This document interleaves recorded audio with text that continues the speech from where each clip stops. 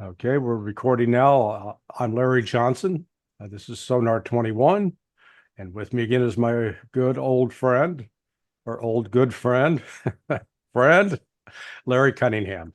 Larry's retired as a Secret Service agent, served both doing protective details, served in the training division, knows what he's talking about. So we're going to discuss today the assassination attempt on Donald Trump, because frankly, a lot of the explanations that are out there stink. Larry, how you doing, man? I'm doing well. Thank you for having me. Good morning. I've actually had a number of podcast interviews, and I've pondered this. I'm actually preparing an op-ed regarding this. At the front end, I would like to say that my goal in life here is to clear the air, set the record straight. Inevitably, when these things occur, we have hundreds of experts, quote unquote, coming out of the woodwork, and that's fine, but this is America. But on the other hand, there are a lot of things that take traction that frankly are incorrect, or the basis of them are incorrect. So I'd like to offer a couple things from my vantage point, just to make sure we're all on the same sheet of music for our audience here. I have 50 years plus experience in this arena. Older guy, still learning, but I do have some sense of operational procedures, training, and policy that are directly spoken about and inputted into this assassination attempt. I was involved in my earlier career in the Secret Service with basic protection, training, field work, and then I investigated lots of threats. The thrust of my work in the service was in our training division, where we did seminal programs and policy to address evolving threats, and most importantly, to address the capability of agents assigned to a detail, whether it's a foreign dignitary, a candidate detail, a president, or head of state. How do we respond? What are the protocols, and how can we improve them? Obviously, that takes a lot of training, intense training, consistent training, which we did not see in the group that was protecting former President Ford. Some of these things notably involved attack on the principal exercises. They involve in the field extraction exercises, real life scenarios in the actual environments where protectees would typically visit, and also stage ones that would reflect typical rallies, stage areas, convention halls, picnic areas, motorcade routes, you name it. So that's the kind of background that I have. I did that for about 5 years. Then I was assigned to the Presidential Protective Division with President Reagan, where we did similar things. And I actually practiced those in real time. I was involved in being an advisor for agents that were assigned advances. I did many myself. I did kind of a tally the other day, and it's about 200. I've done them for sites.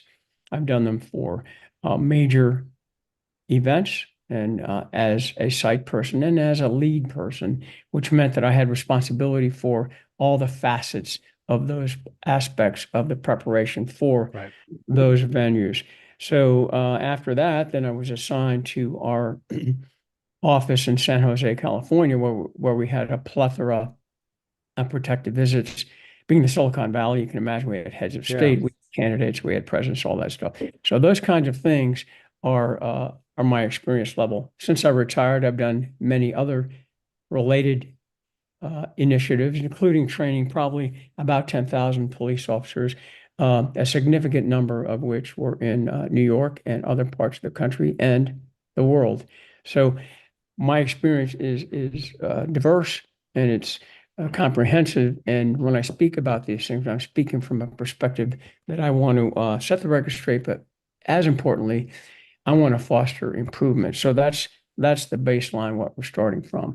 So Larry, where would you like me to begin in terms of looking at this particular unfortunate, egregious assassination attempt? Okay, so we both agree that the initial explanations about this just stink, and as we assess it, it looks like the ultimate breakdown came with the woman that was put in charge of doing the advanced work and running the scene that day. Is that a fair assessment, or is that inaccurate?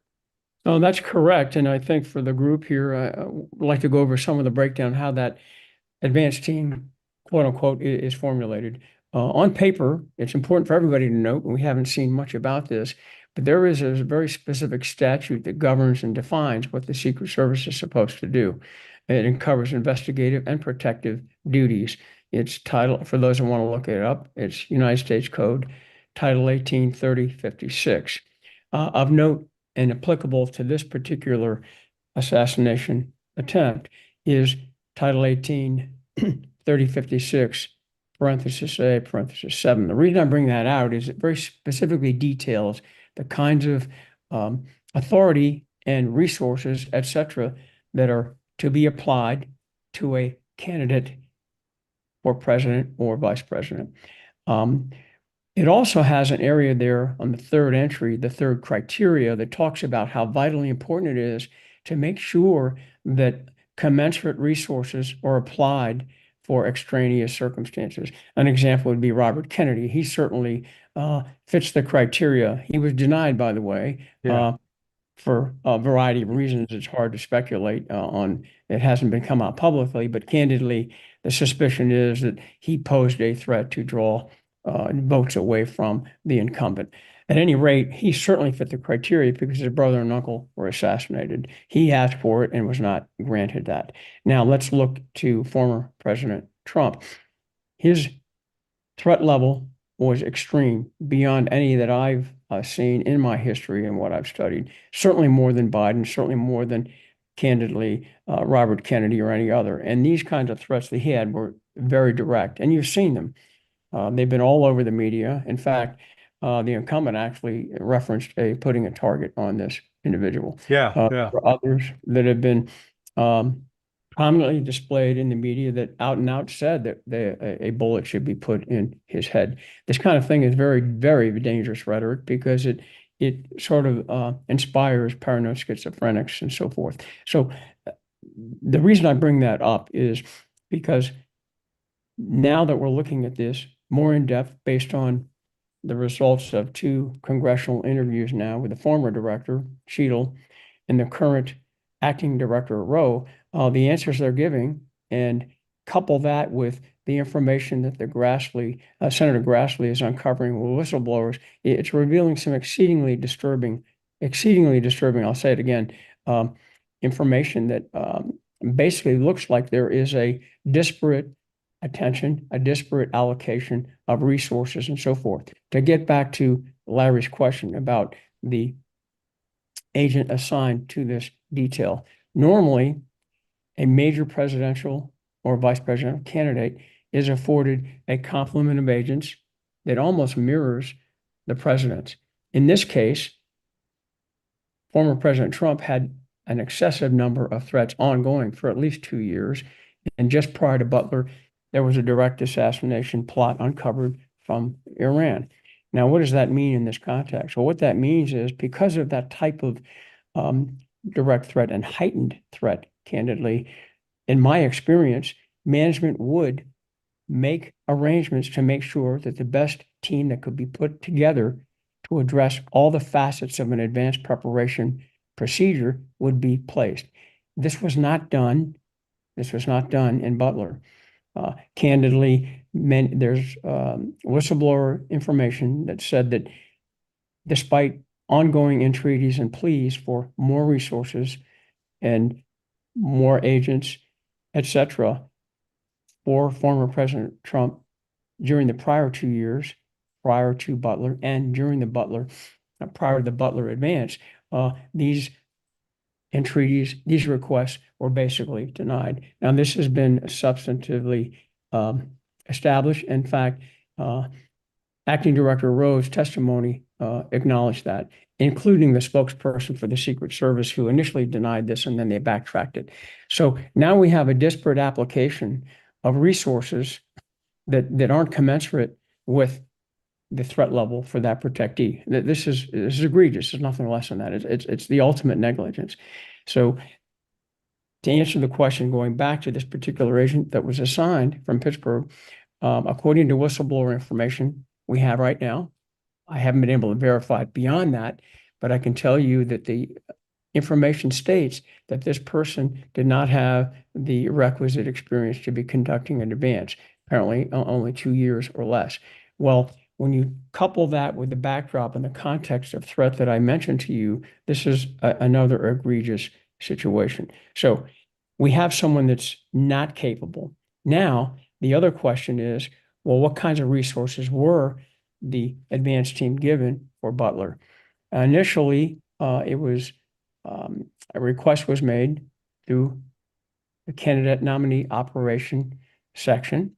And what they do is they typically give a schedule and say, former president is going to Butler, Pennsylvania. These are the resources that we need. And theoretically, they're supposed to be given a commensurate number of agents and so forth. Typically, the inner perimeter, those agents you saw that responded to that threat did quite well. That is the detail. That is the inner perimeter detail. There's a shift leader and a shift leader and a detail leader that make those calls to move whatever the case may be. They direct that inner perimeter. Now, in the outer perimeter, on paper, you're supposed to have a complement of Secret Service field agents to handle access egress, other posts of importance as you get to the middle perimeter. The Right. outer perimeter typically will be police officers in the jurisdiction or a combination thereof. Well, turns out that only one Secret Service type, according to whistleblowers, was designated and assigned to that middle perimeter. And the outer perimeter had police. The rest of that middle perimeter was comprised of Homeland Security agents. Nothing wrong with that in terms of having folks that have the authority to assist. However, there's a lot wrong with it if you think about what is their training. What Well, are yeah, they? that's right. I mean, they're not trained to do personal protection. No, and that was painfully obvious when you saw the response of the shift to cover and evacuate former President Trump. So these are the holes. Now, that's the basic structure. Now, if you like, I'll get into how this is supposed to transpire, and then we can talk about failings. But yeah, So, let me first just make the point please. that just because she's a woman doesn't mean a woman's not capable of doing this. The point is, she was not selected for this job because she had the experience. She was And that's selected for it because she was a woman. That's the point. That absolutely, they were absolutely. using DEI as a criteria to say, this will look good for her, maybe. Yeah, But and that's a failing of allowing ideology to enter in operational decisions, and it's tragic. I've actually, as a note here, I've put together many big security plans. I've been involved in many, for example, namely the World War II Memorial. It's been a while back, but the person in charge of that was a Park Police representative, and she a female, and she was very capable. Kept meetings on task. Was very good about delegating and so forth. So absolutely, yeah. it's I don't care who you are. If you're capable, competent, having the experience, I'm all in. When you're not, I'm concerned. That's Okay, essential. and so let's talk about what is the standard for doing advance like in a place like Butler. Okay, the standard would be the following. The schedule comes out, an advance agent is assigned. That advance agent is supposed to go to the site and meet with the event planner, the chief of police, also any other chiefs, sheriff, SWAT members, and so forth that would comprise the team. Ideally, this initial meeting should basically include all players, and basically the general concerns are aired at that point. Critically, as an advance agent, I've done hundreds of these. What you would do is you would pair up appropriate folks from the advance team with the folks from law enforcement. Meaning, what does that mean? Well, you would have a site person, you have the site agent, but you have a lieutenant or captain type that would accompany that lead person and go through the site and look at vulnerabilities. After all, Butler is their house, not our house. You Yeah. can't do this by yourself. Apparently, these meetings never occurred on good authority by representatives from SWAT and the police department and Butler County Commissioner Office. So that's a problem. Also, it's important to note that when you have these meetings, you hook up an agent with a counterpart that is responsible for responses, intelligence, issues that occur, much like the issue with state police seeing the shooter at one of the mag points as early as an hour before the shooting Yeah. with a rangefinder. That kind of issue, suspicious activity, would be investigated by a person from the police department and our Secret Service component with intelligence function, the role to find out what the heck this is. Also, in recent history, they've been adding a counter sniper unit, which kind of works in the background, and they look for things that are unusual or specifically for people watching with ill intent, watching the operation. And that was not there. A dog team was not there. A drone was denied. And candidly, all those things added up to a fiasco. On good testimony now, the police are saying in Butler that they were never invited to a meeting, and also that they were not asked or designated to put a person on that AGR roof. That's devastating. In fact, they were put inside of a building, which I don't understand how you could possibly be eyes and Yeah. ears, be a proactive response. So these are basic things that were not pieces that were not part of this advanced team. Egregious. So another issue, candidly, is there's a big question about how the command post was comprised and manned. There's a lot of discussion about communication. It seems to be the big Achilles heel here. Well, you talk about resources and things. Well, the acting director 2 days ago said in the congressional hearing that it would take about 8 weeks or so or months to configure and integrate local communications with encrypted Secret Service communications. I was aghast at that. I thought, my gosh. So because it takes 8 weeks, you can't communicate. The basic thing is what happened to resourcefulness? How about your cell phone? How about if you have your command post staffed correctly? And I always did it this way. This is the way it should be done. In many other instances, you have a representative from EMT, sheriff, SWAT, and other public safety response entities Yeah. in that command post. Yeah. Sitting right Something there. comes in, Yeah. right, a picture of a suspicious person or an urgent message that comes in on the local radio, and then that can be passed immediately. Yeah. There's a big question about the staffing of that. It sounds like it was a tent and it wasn't staffed appropriately. So you have no meetings, you have no sheet of music, you don't have any same operating procedure. Now, CS, counter sniper. I read just yesterday on the reports from Grassley's whistleblowers that a day prior, no counter sniper team was designated. At the last minute, they did decide to send 2 teams out. Normally, they send 3. Well, they're already compromised now because of time. Obviously, they're stretched, and they have to probably do some liaison with the local SWAT team. That's Well, all fine. let me ask you a Yes, question please. on that front. Yes. Is it the job of the lead on the counter sniper team to basically go up and stand at the podium where the principal will be, and then to do a 360 scan to identify where possible lines of fire? Okay. Is that the counter sniper unit's job, or is it someone else to do that? Okay, you're getting in a couple pieces here. Just hold this. I'll go over the designation on the motorcade route. There's what's called a counter assault team, and their job in life is to look for any vulnerabilities, any threats, and neutralize them as best as possible so the motorcade can proceed unscathed without delay. The counter assault team are the folks, the expert shooters that perch themselves in various vantage points on buildings. Now, the folks that you saw at the front of the stage were considered the counter assault team. Or And counter assault or counter sniper? counter assault. The counter Okay. snipers are on the buildings, and they Okay. are usually in a stationary position. However, it appears that none of these entities were integrated properly with the detail itself, because they were kind of ad hoc and the person managing it didn't bring them together.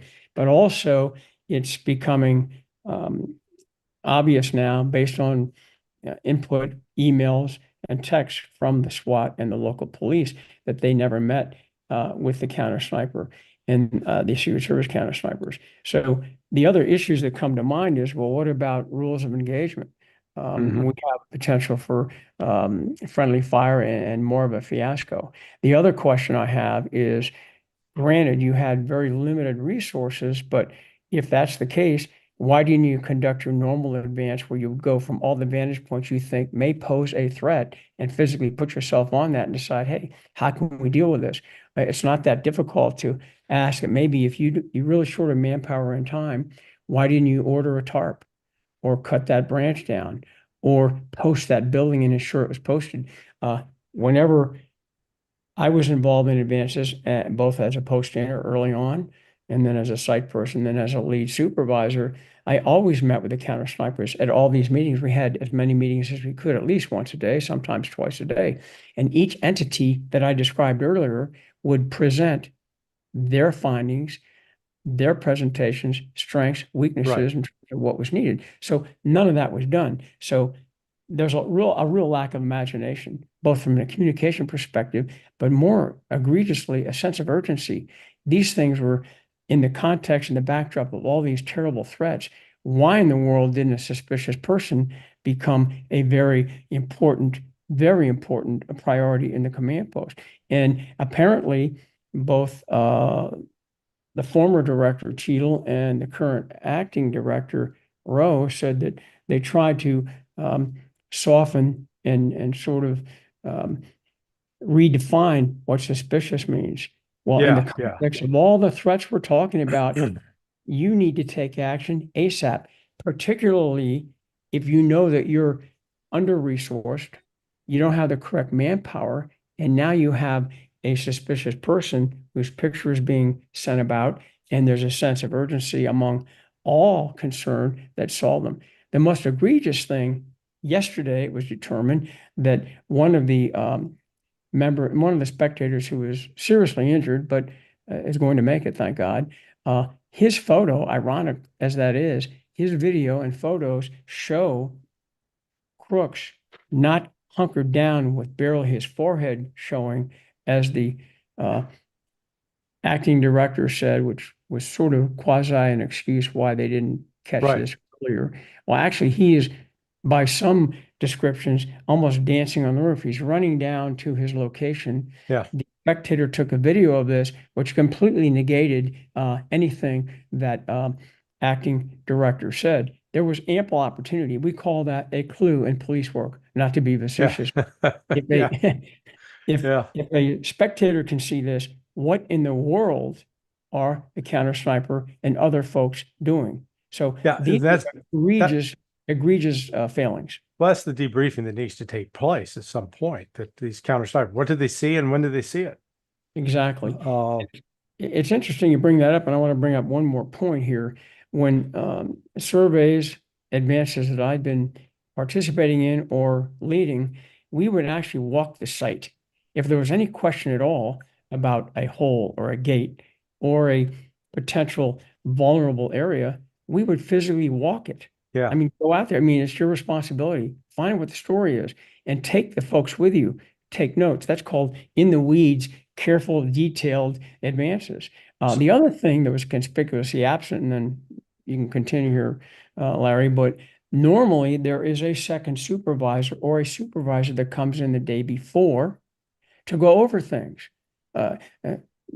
4 eyes are better than 2. Yeah. 8 are better than 2. And that purpose of that supervisor was to look at everything in total, complete situational awareness, totality of the circumstances, and the totality of the advanced resources, and say, this is what I see. What about this? That wasn't done. So bedrock, foundational, operational, advanced procedures were either neglected or ignored. I mean, these are negligent omissions that speak to incredible incompetence, and some of the testimony that we saw by the supposed top people in the Secret Service exposed this profound ignorance of operational procedures and neglect.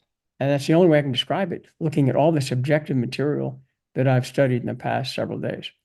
Now, so who was ultimately responsible for, using the podium? You go to the podium and you look, just, you do a 360 scan. Who's the one that looks at that and says, okay, this is where we need to put counter sniper teams. These are the areas that we need to be sure covered. Whose job is that? Okay. Ultimately, the responsibility of that is the site agent, the lead site agent. All the pieces, whether it's an emergency route, hospitals, posts, counter sniper, whatever, that's all their responsibility ultimately. They may not have the specific expertise that a counter sniper has. However, it's incumbent upon all concerned and the lead to get a brief from the counter sniper team. This is what I have. And collectively, they're supposed to look at this and study it, which Yeah. we normally do, and say yes or no. That wasn't done. So you have so many holes. You have kind of ad hoc, siloed elements of a security advantage that really wasn't integrated properly, in my view. Yeah. I mean, that right there, I think, underscores what the problem was, that um, they did not have an integrated plan, and they allowed those gaps. Just even Rowe, and I guess he's part of the problem. What is the criticisms of Cheadle, although fair, ignored the fact that the guy who had actual day-to-day responsibility for overseeing the decisions regarding protecting dignitaries, protecting candidates, was Rowe. Yeah, And so a exactly. lot of these failures and problems were under his watch. I mean, and now they put him in charge. It's unbelievable because it's painfully obvious to me and other agents I've talked to and other experts and just common sense that these kinds of omissions were basic. I mean, Yeah, how could you not have a police meeting? How could you not overcome communications interoperability problems? How could you not post people in logical places? One of the more egregious things, and I'm going to give you three things I'm very concerned about as a result, is that when you talk about communications, none of this information about a suspicious person was relayed to the working shift, the detail leader, the shift leader. That's egregious. If you're familiar with anything about sports, take your favorite sport, soccer, football, baseball, whatever. I mean, how in the world can you, the quarterback and the coach have a private meeting, but not tell the receivers and yeah, not tell the blockers? So each of them had to figure out what was going to happen when it was an offensive play. I mean, this is nuts. Of course, you're going to lose the Super Bowl. Of course, you're going to lose the game. In this case, with a zero failure game, this is beyond comprehension. And candidly, it's just beyond comprehension. I'm talking about this from a 50-year perspective. And to have the director, former director, and the current acting director abdicate responsibility for these basic things that are inscribed in law uh, that belong to the Secret Service, say, well, that was beyond our secure zone. That is nothing more than a sophomoric, vacuous answer. yeah, There's yeah, no other way to describe it. Any threat that is presenting itself to our protectee needs to be addressed. And if you've arbitrarily set up a certain secure zone, that doesn't all of a sudden mean that anything beyond that won't hurt the protectee or is not your responsibility. Oh, contraire. I mean, that's just and that is a very serious problem. Now, the reason I brought those two things up about the protectee and the police being candidly thrown under the bus, for lack of a better term, it does several things moving forward that scares the hell out of me, frankly. Number one, we rely with the 3,500 complement of agents that do protection, we rely heavily on the local law enforcement. It's their house. They know the culture. They know what equipment they have. And it's incumbent upon a lead person, the Secret Service, to go into those environments and say, look, we're a team. This is your house. How can we best get the mission accomplished? mhm, That's how we always did it before. So obviously they would tell you these things, whatever's needed. You would express as a Secret Service agent what your concerns are, and then you would make it work. Well, without meeting with these people and then having something happen and then abdicating the responsibility to them is not only egregious, but it's also very difficult now for future relationships. Apparently, the president is going back to Butler either tomorrow or the next day. Well, what kind of advance agent is going to be assigned? Number one, what kind of experience? But number two, and most concerning, is how are you going to establish an honest, fair, trusting rapport with Yeah. people that you've thrown under the bus? This is impossible. This is very, very difficult because we're talking about, gee, do we want to buy a Ford or a Chevy? No, we're talking about life and death. So it's not a matter of opinion, it's a matter of getting trust there. Second egregious problem is the rapport with the principal. For those of us that are married, in relationships, good friends, war buddies, police officers, anybody that's a team, you know that the basis of your relationship, if it's going to survive, is trust. Well, now we have a protectee that was not informed of a threat. Probably not the inner shift's fault, but they should have been given that information ongoing an hour earlier. Yeah. And then updates, because it would have been very easy for that detail leader, based on the threat level, which he or she was acutely aware of, and also the history of not getting the right resources. That information, I would offer, would be carefully considered, and they would recommend, Mr. Trump, we are going to stay in the limo. We're going to stay in the holding room until this gets resolved. Well, you had Roe 2 days ago say that it wasn't trying to distinguish and dilute the idea of a suspicious person. We don't take those kinds of movements or actions unless it becomes a serious threat. Well, it's beyond naive. I mean, that's about as vacuous as it gets in the context of everything I've described to you and everything that whistleblower is talking about and everything that the PD and the SWAT folks are indicating and testifying to at the moment. Lastly, another huge concern, and I think Radcliffe mentioned it as well, but in the context of the first two, this third one has me deeply concerned too. And what is that? That's the idea that our adversaries, the enemy states, the terrorists, and other would-be wannabe assassins, wannabe idiots, for lack of a better term, are looking at this saying, wow, look at all the notoriety, but also look at the vulnerability. We can exploit this easily. And I'm sure some are looking at this twice and saying, gosh, you talk about taking candy from a sleeping baby. This baby has had sleeping pills. I mean, we just walk in and do it. Other point now, which I think is very important.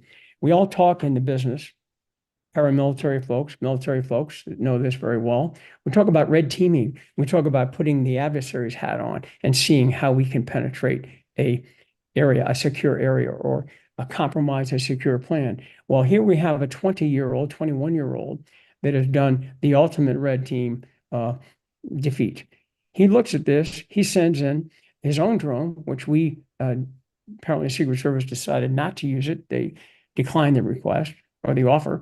And so we have this individual, the assassin, come to the site a couple of times, acting weird, and then he also bring his own drone in there, and then looking at the site. He'd been there a day before earlier, and then he'd been a couple of times, and he's walking around, not acting like a normal spectator, normal fan of Trump. So what we have here is we have someone who is doing probing of the site, classic stuff. He's also looking at vulnerabilities, but also importantly, and the state police and other police assigned to that area picked up on right away, his behavior exceeded the baseline. His behavior was not normal. And because of that, in the context of the threats and also having a rangefinder, we call that a clue, and we call it more than a suspicious person. And if it turns out to be is a one-off, great. But I want the one-off to be where we overreact and say, or react and say, look, we are going to stop everything now. We're going to get this resolved. We're going to find this person. We're going to be 20 minutes late, whatever, fine. That was not done. And to me, that's among the most egregious responses to a quote unquote suspicious person. And to have the acting director dilute that value or dilute the urgency of quote unquote that suspicious person is egregious, negligent. So we've got so many failures on the part of the Secret Service to follow standard operating procedures. to follow, the failure to do advance, failure to have communications in place, failure to secure an outer perimeter, failure to do the proper preparation and brief for a counter sniper team, failure to interact with the local authorities in a proper way to ensure their coordination. So with all these failures, was this deliberate sabotage on the part of senior Secret Service leadership? Or is this just a natural consequence of an agency that's decided to emphasize diversity, equity, inequality, whatever DEI stands for, as opposed to saying, hey, we've got standards we're going to uphold, and as long as somebody meets that standard, they can do the job? Well, it gives me no pleasure to go down that road, and I'll tell you why that particular thought and that particular cause and reason may have some traction. And here's why. First of all, the silence was conspicuous right after this. Normally, an agency, Secret Service and FBI would come out. It's standard communication procedure, communicating in a crisis. You don't go silent. You tell people what they know, you know right now, and you promise to get back to them. You explain what the effort is and go forth. They've been quiet, and they still are. They haven't come up with a proper communication for the public. Worse, what they've done too is the spokesperson has actually denied things that turned out to be true later and had to be retracted, like dilution of resources and so forth. So having that said, and then also one note, there's many others, apparently Dr. Jill Biden was given 12 Secret Service types to supplement her security at a dinner in Pittsburgh the same day. And yet Trump was given one. And then we see all these critical benchmark security measures, advanced security measures being omitted to the point where it's almost confounding. How could you not think and leave that particular, if it's not a conspiracy theory, a theory on the table that we think could well be an option? I remember teaching an intelligence class for several months to intelligence analysts and other law enforcement types. And when you're dealing with a threat, to do it right, you have to consider any and all options. While we're not doing outlandish things like a spaceship coming from Mars, we're talking about things that, based on history, the kinds of facts that were coming in required any reasonable security person to look into them.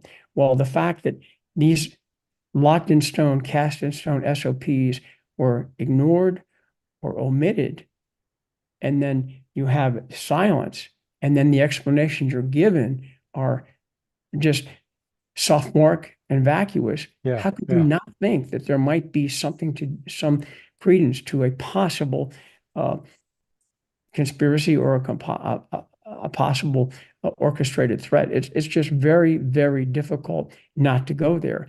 If you were not so silent about it and these egregious omissions weren't so blatant, maybe you could tamp that down.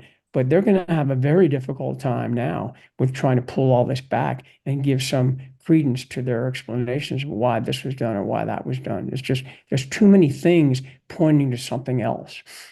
Yeah, and then on top of it, the network has just been flooded with conspiracy theories, and that there were multiple shooters, that there, 3 shooters, 2 shooters. Well, there were multiple different kinds of gunfire that day, but it appears that there were really only 2 people firing, Crooks and the counter sniper team. What's the evidence? Well, a video has come out and it was made by former Army. He'd been in the Army during the first Gulf War, but very familiar with ARs. And he was standing outside the event perimeter in front of the AGR building. And he literally was panning, filming these police starting to move around, showing alarm and concern, because apparently they were seeing somebody up on the roof. And then as he's filming, he catches all the shots, in terms of, you hear 3 shots, boom, boom, boom, that take place within 3 seconds. then there's about a second, second and a half pause, and then there are 5 more shots. Boom, boom, boom, boom, boom. Then there's another shot, boom, another 5-second delay, and a final shot, which apparently was the kill shot. Now, that, that's the evidence right there as far as a total of 10 shots recorded on that video. And you actually can match them up then with the video of Trump. So those first 3 shots, that's when Trump goes to the ground and is then gets the body bunker from the Secret Service detail. Then that's when the next sort of 5 shots get sprayed off in rapid succession. Then there's the first shot and then a delay second shot. I'm not sure which of those 2 shots killed Crooks, but the Secret Service is saying that it was a counter sniper. Now, the only problem I initially had with that was when you look at the photograph of both the site, the location of the body is, his head is pointed up towards the ridge, but he's 5 feet down from the ridge top, which means a counter sniper would not necessarily been able to see him unless he'd stood up or was up on his hands and knees. The other thing was the shot of his head is not clear.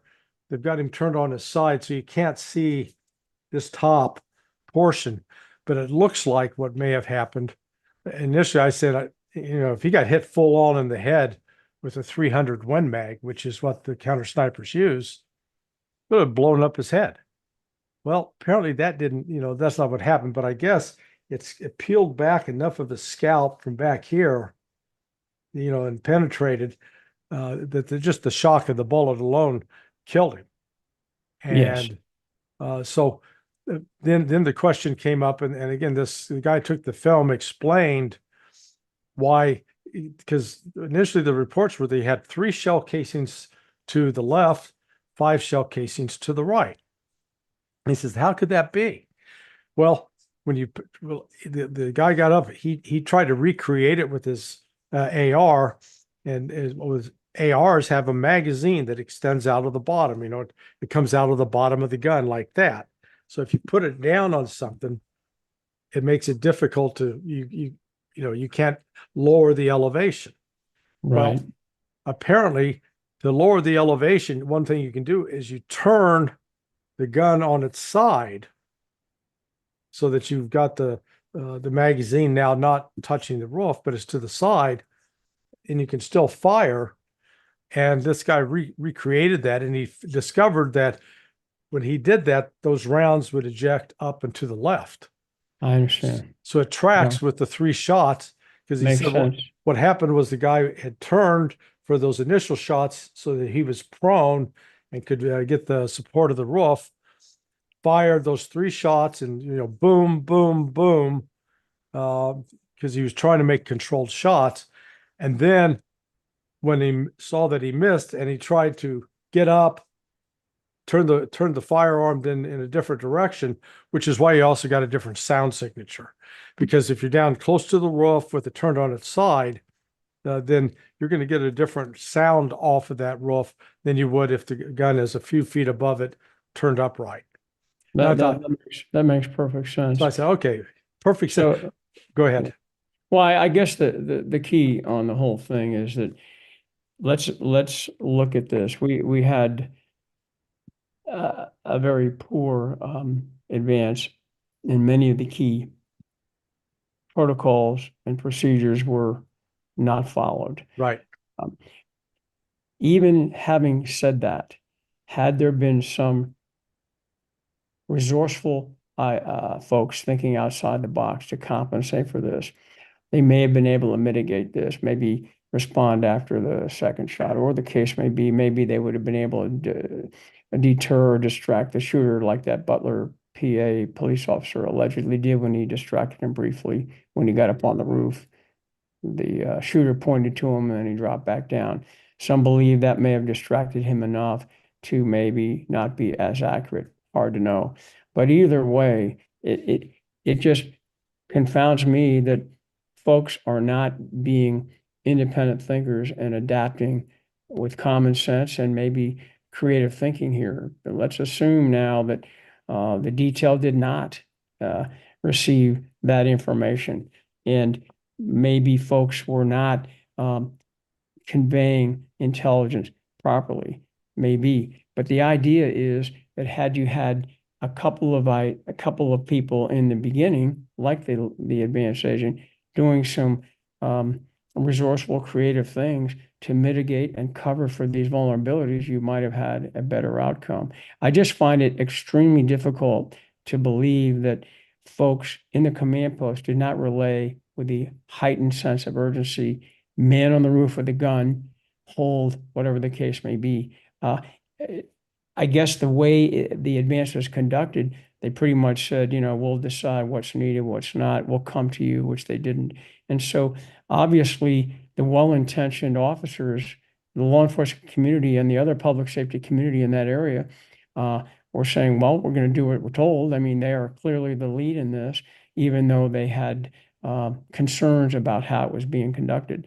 So I guess just one or two of those normal pre-advance or advance procedures, if they'd been followed, we wouldn't find ourselves in this Yeah. horrible situation. But it's just like you got to have someone in charge. And back in 1985, when the Achille Laurel was hijacked, That's right. there was a response team sent out. So the JSOC, Joint Special Operations Command, they deployed Delta Force. And we had at the time something that was called the EST, Emergency Support Team. So the EST was comprised of State Department, both officers and communicators, CIA officers and communicator, FBI, and representatives of JSOC. And the team was there to support the embassy and in terms of recovering on one of these incidents. Well, the problem was they got on the plane and they hadn't sorted out who was the lead agency, who's in charge. So literally, the State Department and CIA reps got into a fight, a physical altercation on a plane en route to deal with a terrorist situation. And so finally, at a point, the plane landed. It was asked to land at a different location. The CIA guys got off and just said basically, hey, go screw yourselves, and went off and did their own thing. Okay. Out of that, then came this notion of lead agency. And for future terrorist incidents, the State Department was designated as being the lead, the person in charge for coordinating, not the one doing. The doers would be the CIA and the FBI and others. Well, in this particular instance as well, you needed somebody who was in charge, and clearly nobody was. Because in the aftermath, the criminal investigation, who's the lead agency? Who's the lead agency for conducting that investigation? Is it Secret Service? Is it FBI? Is it state police of Pennsylvania, or is it the local police? I don't know if you know the answer to that offhand. Critically important. And I've experienced that myself. And so taking all this in, I've been asked about this, and I would offer what are the steps moving forward? That is the big challenge, because right now we're in a state of horrible, egregious, and very scary vulnerability. I mean, given all the things that have happened, given the answers that Congress is getting by the powers that be that are responsible for this protection, we're in a very, very dangerous state of limbo, actually. But let's move forward and see what we could do. I was asked about this. We had a conference with a Zoom conference, and actually Representative Issa was involved, and various people. And the question was asked, well, what do we do moving forward?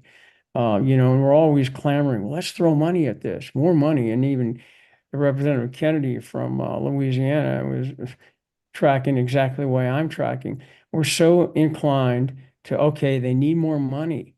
They need more people. Oh my God, that's going to solve it. Well, that doesn't solve it. The budget for the Secret Service has been increased exponentially in the past year or two. That obviously didn't solve it. What would solve it is going back to basics. We're all inclined to buy the latest and greatest software. And you know how that goes. I mean, this is a metaphor. You buy the latest and greatest. It's incompatible with what you have, and it screws your computer up somewhat. Well, buying the latest and greatest might be okay in terms of if it actually addresses the hemorrhaging. And we have hemorrhaging now. We don't have venous blood bleed loss here. We got hemorrhaging and major Yeah. arteries, really. Yeah. And so the idea would be, my view is, let's go back to basics. What's on paper now? And let's train on that incessantly. The report that Jason Chaffetz put out after the 2014 fence jumping incident in September of that year, or earlier, was, gee, what do we do here? Where are the failings? Why are we failing like this? And there were 19 go-to items that were put on the table to say, you need to fix these things. Key among them was more training. The committee proposed 25%. That would looked at that and they thought that's a pretty significant number. Although, given what happens, it seems like we need that much. But at any rate, I think they arrived at something like 12. Well, the data that I have, and you can look this up on the internet, basically shows that they had much, much less than that. I mean, as low as 2.7% by my research. Well, training is huge. So if you're going to put together a team, you want cohesiveness. You want people to be trained to the same sheet of music. You want them to develop instincts as best as possible, much like a sports team does. A successful sports team trains way more than we do, candidly, and they learn each other's strengths and weaknesses, and they can almost sense how things should go. Well, that obviously wasn't the case. They were grappling, what do we do? What do we do? Well, when you have a zero fail game and you're protecting people, that doesn't wash. So you need go back to the basics, attacking the principal exercises, create teams that can work together as much as possible prior to launching, prior to deploying. They used to do that. I don't see that here. And certainly don't dilute and send disparate resources with disparate kinds of training and experience to something so critical. You shouldn't do it anyway. But if you're doing it for something as critical as a major declared presidential candidate whom has an inordinate thousands of death threats ongoing, to me, it would be a great place to start to get these folks and get leadership primarily to buy into this and say, look, we're going to make sure we make it a priority to protect these important candidates. I'll give them a little bit of a relief, a little bit of a caveat, and that is apparently, as of Butler, I believe there were between 30 and 35 details that the Secret Service were detailed to man. Well, certainly that dilutes the manpower, it dilutes the energy, dilutes the resources. But if that's the case, leadership should have stepped in. For example, the director, whom was placed there on good authority, it's published by Jill Biden. Naturally, she's got a bias. Let's just be honest.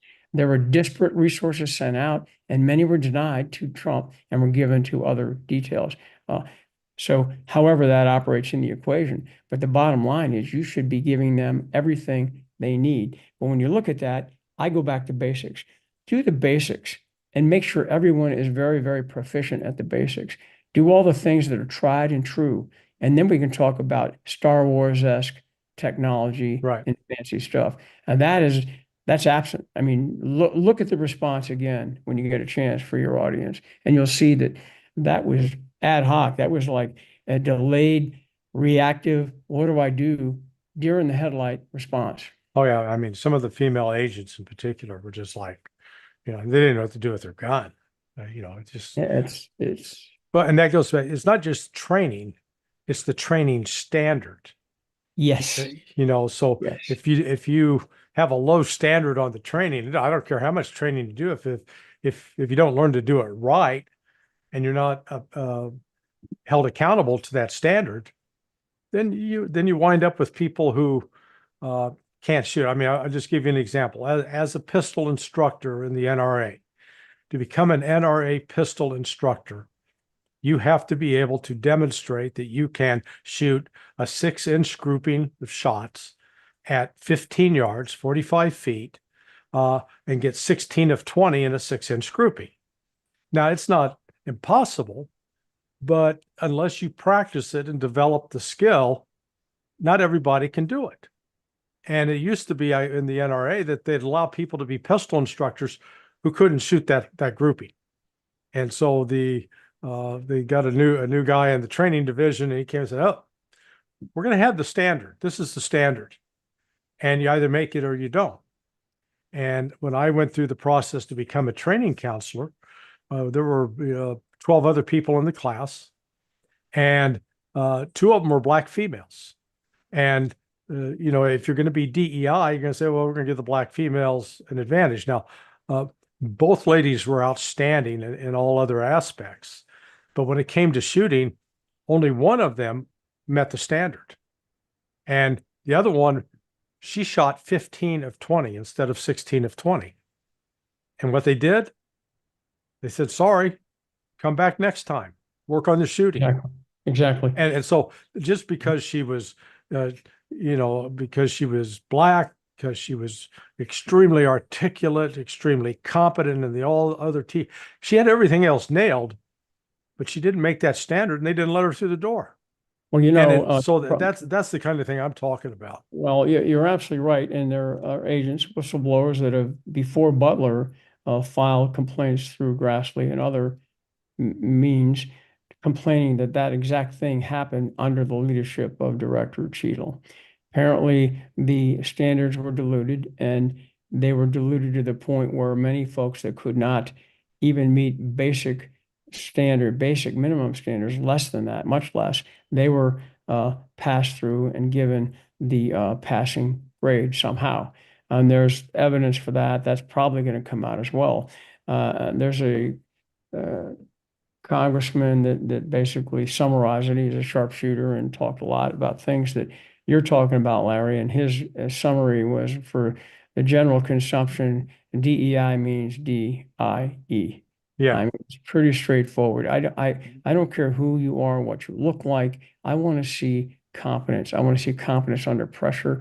I want to see commitment and figuring things out, even when there's, limited resources. I mean, I mentioned this prior in other forums, that the boss we had was literally a very, very stringent, no nonsense, no sense of humor person. Well, that's what you want. And he basically would say, we have a zero fail situation, and I don't want anything less. And I want you to work as hard as you possibly can. So we'd work hours into the night figuring things out, physically looking at holes and vulnerabilities that may not have been noted earlier.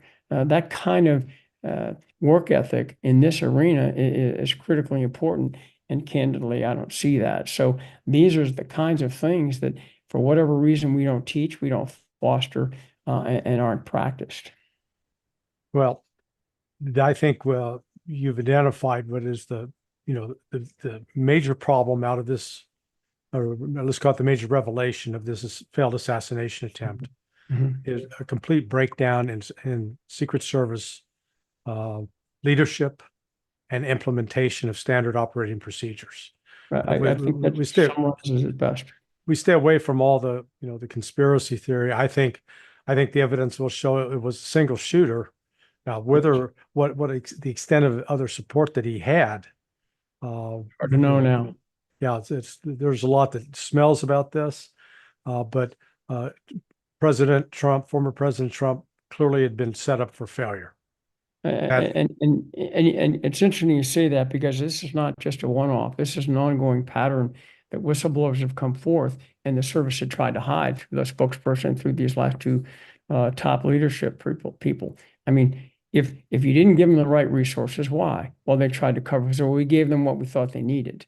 Well, you talk to folks that are on the detail, that are doing the advances, saying, we need this, please give us this. Well, we really don't have it, make it work. Well, they weren't even going to give them a CS team until 24 hours before now. I mean, to me, that is just unfathomable. So looking at all this together, how could you not think that there's something else? But at any rate, I would offer, go back to the basics and give honest, proper attention to these things. I don't care if it's a Green candidate, Robert Kennedy. They all deserve, under the Constitution, under the law, they deserve their proper component of protection. and to disparately apply it. What are you thinking? That's criminal, candidly. That's not fair, period. Yeah. Well, we were coming up on a little over an hour, and I don't Okay. want to take up any more of your time, but this, we'll do this again probably next week Yes. as things develop and we learn more. But I think you have clearly identified where the shortcomings are and how to fix this. That's where we need to go. So, And that's the thing. And I appreciate the audience, appreciate the opportunity, Larry. And I hope we can move forward with better luck and better training and a better attitude. right. All right. Hey, listen, Thank you. folks, thank you, Larry, and thanks for listening. Please subscribe and support to sonar21.com. Thanks.